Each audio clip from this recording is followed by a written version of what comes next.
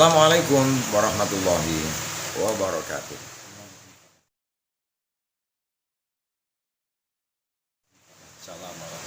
Kepada teman-teman semua, sebangsa setanah air, juga semanusia, spesial ini kepada seluruh warga Indonesia, kemudian seluruh kepala desa di seluruh Indonesia. Pada sore hari ini saya datang di rumah Mas Agung ini sebagai pimpinan asosiasi kepala desa di seluruh Indonesia. Tentu ini bukan persoalan yang sepele, tetapi persoalan bagi saya sangat penting, urgen, dan sangat korelatif dengan bagian dari kegiatan saya dalam gerakan sedulur caping gunung yang ikut serta larut di dalam kinerja negara kita dalam urusan tani, kemudian Go Green Indonesia, dan yang ketiga merawat peradaban Indonesia. Tentu hal ini bagian dari upaya kita semua, dan Mas Agung ini bagian dari inspirasi kita semua sebagai lurah di pelosok, tetapi beliau bisa dipercaya oleh teman-teman kepala desa seluruh Indonesia sebagai pimpinannya. Saya juga tidak menduga sebenarnya kalau Mas Agung ini pimpinan dari asosiasi ini. Dan sebagaimana bangunan Islam dimulai dari diri, kemudian keluarga-keluarga, meningkat ke RT-RT, RW-RW, kemudian desa-desa. Dari desa kemudian lahirlah negara yang besar ini ya, Indonesia. Karena negeri ini negeri yang lautnya saja lebih luas dibanding daratannya. Dan daratannya saja kalau saya bacakan dalam puisi, ibarat gelombang itu laut yang bergelombang pulau. Karena pulaunya ada 17.000, tidak 10.000. Kemudian gunungnya terbanyak dunia, termasuk gunung berapinya terbanyak di Jawa. Dan saya tulis gunung-gunung berlembah, pantai-pantai. Itulah Indonesia. Teman-teman, saya tidak akan bicara panjang lebar, dan nanti biar Mas Agung yang menerangkan kelembagaan yang beliau dipercaya ini. Saya hanya merambul persoalan yang nanti, kalau dulu mungkin orang itu orang-orang pinter ingin membentuk begini, tetapi di balik COVID-19 orang harus tidak hanya pinter tetapi bijak dengan cara adaptasi terhadap dirinya sendiri. Ya. Terima kasih Pak Yai Budi Yarjono Yang sering sini. Sudah seperti keluarga. Ya, keluarga. Jadi pada siang hari ini kami kedatangan tamu istimewa yang sebenarnya bukan orang lain lagi, tapi ini adalah keluarga kita semua, keluarga desa. Jadi kami sekali lagi atas nama dari kepala desa seluruh Indonesia. Di Indonesia itu ada 74.954 desa. Kudu apa ini? Kebetulan di Munas Solo kita ada musyawarah nasional asosiasi pemerintah desa seluruh Indonesia. Kebetulan memberikan mandat pada kami waktu itu sebagai tuan rumah. Untuk di DPP dengan pimpinan pusat untuk menduduki sekretariat jenderal untuk kita menata bersama bagaimana desa-desa di Indonesia ini dengan entitas yang ada, dengan kultur yang ada saat ini, bahwa desa itu perlu dicatat ada sebelum Indonesia lahir. Jadi desa dulu. Sehingga ini menarik bagi kami bagaimana sebuah desa bisa membangun negara. Iya. Ini sudah terbukti di era kemerdekaan, di saat memerdekakan Indonesia, karena ada desa-desa ini bersatu sehingga jadilah sebuah negara. Iya. Karena negara syaratnya adalah satu, ada wilayah, Iya. ada batas, ada rakyat. Di desa sudah ada itu, sudah ada batas wilayahnya, sudah ada rakyatnya. Kemudian di situ sudah ada tata pemerintahan lokal wisdom yang ada saat Iya. itu sebenarnya semenjak Mbah gitu. Iya. Jadi Mbah Buyut, saya itu udah wareng, canggah kayak gitu. Itu dulu itu juga dari kepala desa. Sampai kentongan, kalau di Jawa kita itu adatnya kalau kepala desa kan punya kentongan. Iya. Ini saya koleksi itu, kentonganku ada mulai tahun 1900 yang masih bisa saya ketemukan dan saya simpan. Iya. 1900, 1050, kemudian itu tahun 60-an. Ini adalah kalau di desa memang bagaimana seorang pemimpin. Jadi mungkin kalau lebih besarnya mungkin ratu gitu ya, sebuah kerajaan. Ini tidak lepas dari menurut saya cara mendidik orang tua. Menurut situ. Orang tua sesepuh mestinya dia akan mempunyai mindset, dan mindset itu secara tidak langsung menjadi sebuah tarbiyah bagi anak cucunya. Iya. Sehingga dia akan bisa mendalami sebuah filosofi dari seorang pemimpin. Entah itu pemimpin di mana, minimal memimpin dirinya. Iya. Nah, sehingga tadi alhamdulillah sebenarnya kami dulu tidak ada cita-cita sedikit pun, jadi kadang nggak ada bayangan. Iya, tetapi ngeboti terah.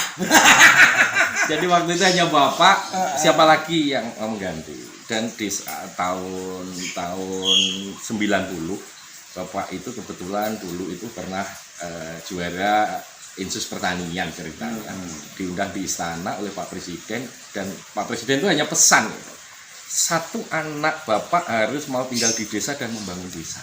Lah ini saya ini yang kena samburnya, jadi dipaksa bapak, kamu harus tinggal di desa, kamu harus pokoknya meneruskan perjuangan bapak di desa. Ya saya bismillah aja. Pengalamanmu ini selayaknya tidak hanya bupati atau gubernur, menteri ini kamu ngurusi desa. Masya Allah ini.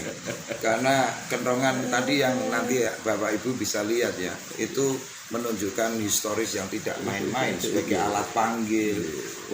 Orang sini terima dikentong tok berguduk. Ya, itu instrumen yang sudah melegenda di masyarakat. Wow. Sekali panggil tok itu pasti ada sesuatu. Kalau melihat tuanya kentongan ini memang tidak salah kalau jenengan jadi pimpinan asosiasi kepala desa. Luar biasa ini, tepuk tangan ini. Mas Agung, setelah itu ya berbagi pengalaman sebagai kepala desa, karena apa yang disebut terah tadi yang saya sebut tetap ditunaikan demokratisasi. Bukan karena hanya kan, sepakat. Iya kan? Iya, proses itu demokrasi sekali. Iya. Demokratis sekali.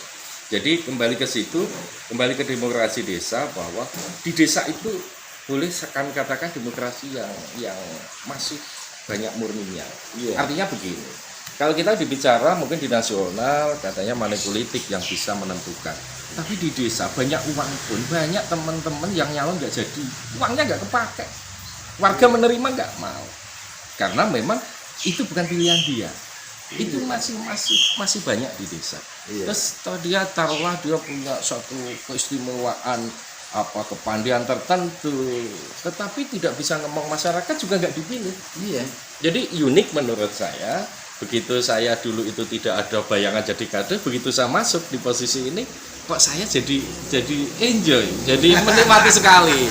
Artinya berbaur dengan masyarakat, tahu sekali kesulitan masyarakat, harapan masyarakat. Kemudian kita tidak ada jarak tiap hari, sehingga ruang kami ini yang di depan saya bikin pendopo rumah ini sengaja kita buka. Memang sejak dulu. Iya, ini jadi wujud keterbukaan. Artinya masyarakat nggak ada jarak. Silakan 24 jam. Kamu mau cerita, mau berbagi, kamu mau memberikan inspirasi, kita sangat demokratis. Yes, itu. alright. Kemudian gini, yang perlu menjadi catatan juga bahwa apapun yang ada di nasional ini, di Indonesia atau mungkin dulu Nusantara, Indonesia mestinya negara yang sudah diakui lah. Dunia mengakui Indonesia sangat luar biasa kayanya. Salah satu budaya. Bahwa budaya ini adalah sebuah nomor satu dan nilai-nilai luhur yang ada di dalam hati. Dan di desa ini dibungkus semua dengan budaya sebenarnya. Jadi ada mungkin di desa itu hal yang tidak bagus tapi dibungkus dengan budaya. Contoh, dulu itu kalau ada pohon yang besar itu pasti dengan budayanya itu setengah dikeramatkan. Sebenarnya bukan keramat-keramat itu untuk menjaga untuk menjaga, betul. Jadi di situ kadang nggak ada makam. Setelah digali semua nggak ada makam, tapi dibilang di situ ada makam angker. Ternyata di situ ada sumber alam yang sangat luar biasa, jangan sampai dieksplorasi habis. Nah ini yang budaya-budaya inilah saya berharap banyak teman-teman desa seluruh Indonesia untuk bisa menggali potensi budaya ini kekayaan kearifan nasional. Nah kami dengan teman-teman penggiat sebenarnya juga lagi bagaimana menggiatkan untuk mengamankan cadangan air, karena air ini nggak tahu kita 30 tahun 40 tahun ke depan anak cucu kita bagaimana ini nggak tahu. Nah kami lagi mengembangkan itu dan sebenarnya kami bersambut Pak Yai Budi sudah lebih dahulu berapa tahun yang lalu sudah menggaungkan untuk menanam investasi tanaman atau mungkin dikenal dengan sodakoh ya, sedekah bumi. Nah ini yang mungkin secara nasional ini kami berharap di channel YouTube Kiai Budi Channel ini bisa sampai menggelinding sampai ke pemangku kebijakan sampai ke nasional. Artinya ayo kita bersama-sama kearifan lokal budaya yang ada yang bagus ini, ayo betul-betul ini kita gali kembali, kita resapi dan kita tumbuhkan. Nah itu Mas Agung harus disertai, silakan teman-teman like, comment, share, siap, dan subscribe Kiai Budi Channel. Semuanya pemirsa khususnya kepala desa itu. Bukan hanya kepala desa, kepala desa, perangkat desa dan semua keluarganya. Supaya yang bercerita bukan Mas Agung ya, tapi saya sebagai kesaksian cinta di desa Sidorejo ini. Subhanallah, welcome please, selamat datang nih di desa Sidorejo, kecamatan Kedung Tuban, Blora. Di sini juga saya tahu masyarakat mengenal sebagai lumbung pangan ya, dari curah hujan, dari sumber air atau dari Sungai Bengawan. Dan saya lihat sepanjang tahun di sini ada panen gitu ya, dan juga saya pesan kepada yang di sawah ada listriknya, hati-hati supaya aman gitu selama di sini semuanya. Amin. Ini kesaksian ini tentu ini saya ambilkan dari warga ini. Mas Ridwan ini, bagaimana Mas Ridwan? Mbah Agung ini juga saya sebut karena terah-terahnya yang luhur itu, kemudian saya sebut dia perpanjangan cinta dari orang tuanya, mbahnya gitu. Assalamualaikum warahmatullahi wabarakatuh. Waalaikumsalam. Pada Om Budi Harjo yang saya tak ini, Bapak Agung yang saya hormati, langsung saja untuk mengenai Bapak Agung. Saya sebagai warga. Untuk dari silsilah ya, dari silsilah itu saya itu termasuk masih keluarga. Saya itu masih keponakannya Bapak Agung. Di samping itu saya juga warga desa Sidorejo, warganya Pak Agung. Nah, di sini Dukun Jedes. Ya, Dukun Jedes satu kampung. Nah, di sini kami ya bangga sekali. Bapak Agung itu kebanggaan kami, lurah kebanggaan kami. Di samping beliau sebagai yaitu kepala ADESI ya, Asosiasi Kepala Desa seluruh Indonesia, luar biasa. Itu tidak bisa dipungkiri. Jadi Pak Agung itu memang luar biasa dan biasa di luar karena sambung serambung silaturahmi. Jadi untuk mengenai beliau terhadap masyarakat desa itu kami sudah merasakan bahwa kepemimpinan beliau memang bisa dirasakan, yaitu seolah-olah itu beliau itu bisa mengerti, bisa memahami keluhan masyarakat. Seolah-olah seperti anak sama bapak Oh gitu. iya.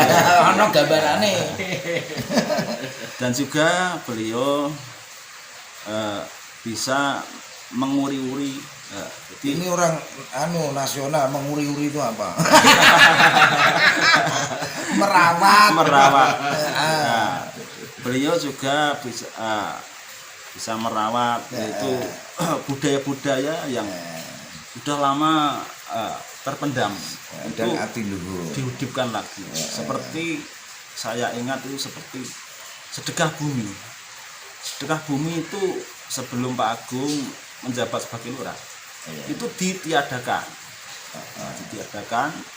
Terus Pak Agung menjabat sebagai kepala desa di sini itu dihidupkan kembali. Ya, karena itu hati luhur. Iya. Sampai itu untuk untuk sektor pertanian, untuk kegiatan keagamaan, semuanya Pak Agung ini sangat mendukung demi kemajuan desa, demi kemajuan agama, negara, dan untuk agama kebetulan saya ini ya pengurus NU yaitu di ranting Jedes ini. Saya sangat memahami bahwa beliau sangat mendukung dan membantu. Kalau urusan agama itu sudah pokoknya Sudah nafasnya. tidak sungkan-sungkan untuk Gitu ya. Dan selain itu saya di sini juga sebagai pengemong tari sufi Nusantara. Waduh. Tari sufi Dukuh Jedes ya. Iya. Ini beliau juga sangat mendukung dan Apresiasi. banyak sekali membantu kegiatan kami di Desa Sidoarjo ini. Itulah untuk pertanian ya. Jadi untuk pertanian mungkin saat ini memang ya petani banyak mengeluh dengan mahalnya pupuk Dan lain dan lain sebagainya. sebagainya.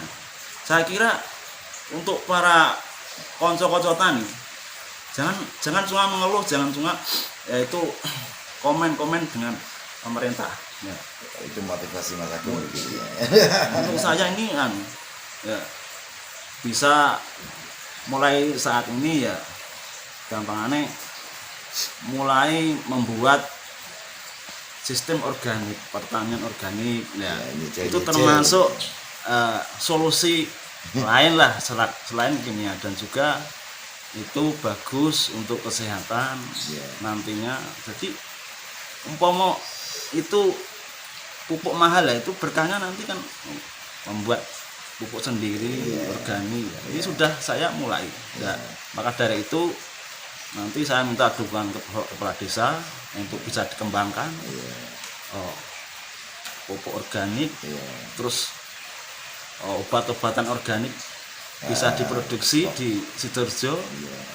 Ini Tanpa moyoi sing sementara ya, jangan mau pemerintah saat ini sudah Susah. bingung ngurusi pemerintahan kok ujek dipoyoki. Nah, maka dari itu mari kita yaitu berdiri sendiri. Nah, berusaha mandiri, bisa menanam dengan sistem organik. Nah, ini sudah uji coba di lahan saya. Itu saya sudah mengurangi 50% kimia, pupuk kimia sudah saya latih kurangi 50%. Jadi setelah ini rencana itu langsung dipetal, langsung organik semua. Nah, saya coba, moga-moga itulah menjadi solusi kelangkaan pupuk atau mahalnya pupuk saat ini. tidak geremeng. Tidak ngeremengi pemerintah. Terima kasih. Matur nuwun. Ini lurahe seperti itu ya, wargane hasilnya ya indah seperti ini. Ya, teman-teman sekalian, ini saya rasa saya perlu mengkidungkan bersama ya lagu kebangsaan Syukur, dan ini yang ngarang H. Muthohar ya, Habib Hussein Al Muthohar Semarang. pamannya Habib Umar Mutahar, yang kita tetap selalu bersyukur atas negeri yang indah.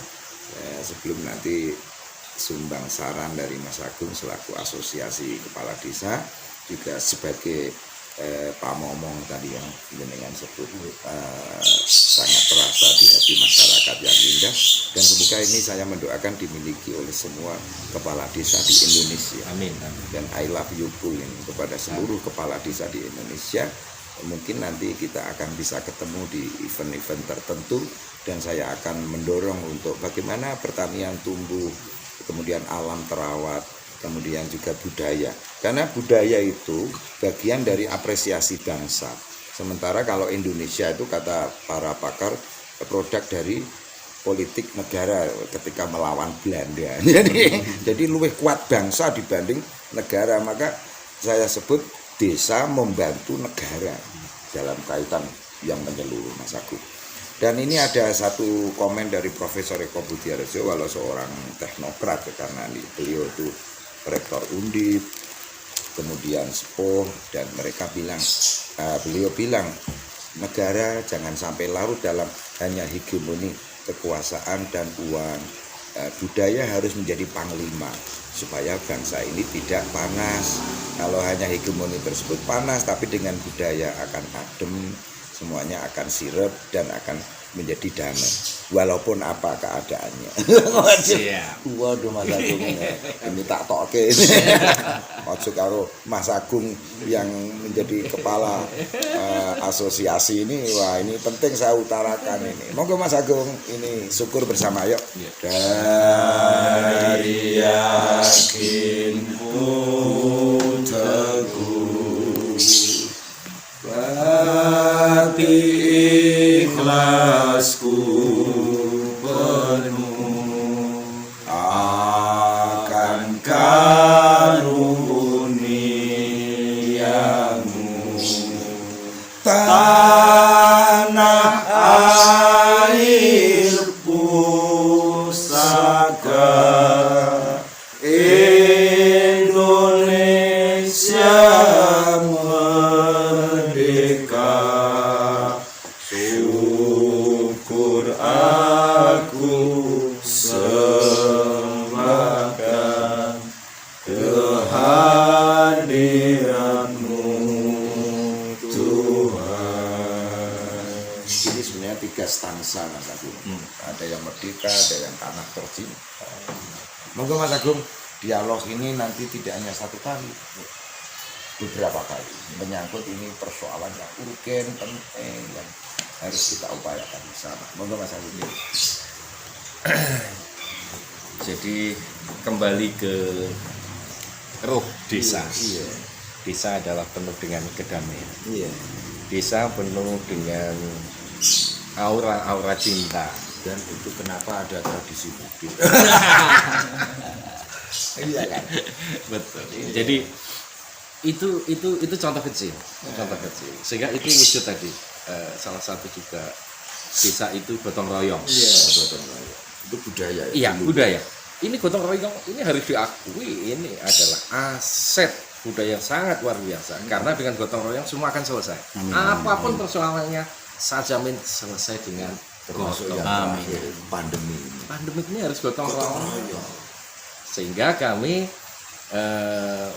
membuat kaos kemarin untuk teman-teman gitu, relawan di desa, relawan COVID. Saya buat apa? Gotong royong melawan COVID. Karena tanpa gotong royong nggak bisa.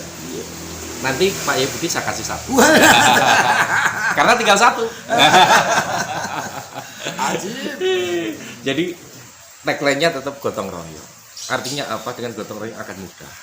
Dengan gotong royong akan ringan. Dengan gotong royong semuanya akan bisa jadi indah. Ini agama juga pesannya sama, intinya gotong royong, tolong menolong. Betul. Ya kan? Ini sebenarnya ruh-ruh inilah yang wajib digali teman-teman kepala desa seluruh Indonesia. Bagaimana ruh undang-undang desa. Tadi disampaikan Pak Yai dengan lagunya Caping Gunung. Jadi bukan hanya kita sampai saja di tengah satu syair lagunya tadi ada kalau sudah tercapai. itu jangan sampai lalai. Kadang Iya. teman-teman ini juga ada yang lalai juga. Dene ora ilang gone lara loba itu karena aspek gotong royong itu tadi antara suka duka itu. Betul, saling menghargai. Kalau di gotong royong nanti akan saling menghargai, saling mengerti posisi, kemudian saling berbagi, kemudian saling memberi. Ada saling-saling di sini yang akan menyelesaikan suatu persoalan bangsa. Oke. Itu sehingga mari kita bersama-sama untuk membangun NKRI yang tercinta ini itu dengan gotong royong. Harus kita akui semua manusia secara fitrahnya sunatullah diciptakan berbeda. Iya. Kalau kita sudah bisa mengakui perbedaan dan kemampuan kita, makom kita, saya yakin nggak ada ini terjadi bentrokan, terjadi hal-hal yang sifatnya sampai perbedaan fisik dan sebagainya nggak ada. Karena kita tahu posisi. Posisi saya mungkin, maaf Umar, Pak Yai ulama. Ya pada posisi yang saya tahu, saya harus hadir Dan harus kolaborasi. Nah, di sini hebatnya Pak Yai tidak bisa posisinya. Oh, saya harus ngomong yang ada di desa. Sehingga kami berharap Pak Yai Budi, teman-teman kami, mungkin umara-umara kepala desa, perangkat desa yang ada di desa seluruh Indonesia barangkali bisa dikunjungi. Nah, nanti suatu saat semoga Pak Yai Budi kita doakan punya heli kecil. Syukur bagi kayak punyanya Bu Susi kecil. Bisa amin. mobile. Jadi nanti teman-teman mungkin dari Papua sampai Aceh nanti kita angkat, kita ambil dari semua yang ada di desa yang sangat hebat, sangat indah kekayaan Nusantara ini, terutama bicara daripada undang-undang desa tadi, salah satunya adalah bagaimana mengakui tradisi budaya yang masih berlaku di masyarakat yang baik. Ini betul-betul kita uri-uri, kita rawat, kita bangun kembali dengan peradaban baru, tetapi dengan tradisi lokal yang betul-betul kita miliki, yang ada yang sangat indah, Yang bijak tadi. Iya. Pakat. Mas Agung, ini saya baca hatimu ada cinta, sehingga saya sebut nasabmu itu engkau sebagai perpanjangan cinta. Jadi cinta itu memandang hal yang beda sebagai kesatuan. Itu cirinya. Jadi Bhinneka Tunggal Ika itu negeri pecinta ini. Sehingga Mbah Maimun Zubair menyatakan Indonesia nanti akan menjadi mercusuar dunia. Karena di barat spiritualis hilang, di timur tengah persatuan hilang. Sementara kita ini masih terjaga. Ini yang perlu kita rawat. Iya. Termasuk Go Green Indonesia, karena ini paru-paru terakhir dunia. Saya hanya semampu saya, Mas Agung, membantu seperti ini tanpa melihat keragaman itu sebagai wilayah cinta. Karena negeri ini negeri yang muslimnya terbesar, harus mengusung kemenangan Islam adalah pernah negara Suriah, Afghanistan, Mesir itu kesini tanya tentang kerukunan. Nah, Habib Ali Al-Jubri kemarin bilang gini kok, kami datang dari negeri yang hancur hanya karena perbedaan paham. Betapa ciutnya itu hati dan betapa jembarnya kita. Mas Agung, saya tak omong sebentar, jenengan ambil kaos supaya nanti kita Siap. Nah, teman-teman, ini peliputan yang sangat indah.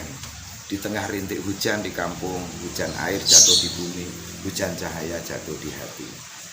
Seperti kalimat-kalimat Mas Agung tadi, cahaya ini. Dan itu nanti kalau kita baca di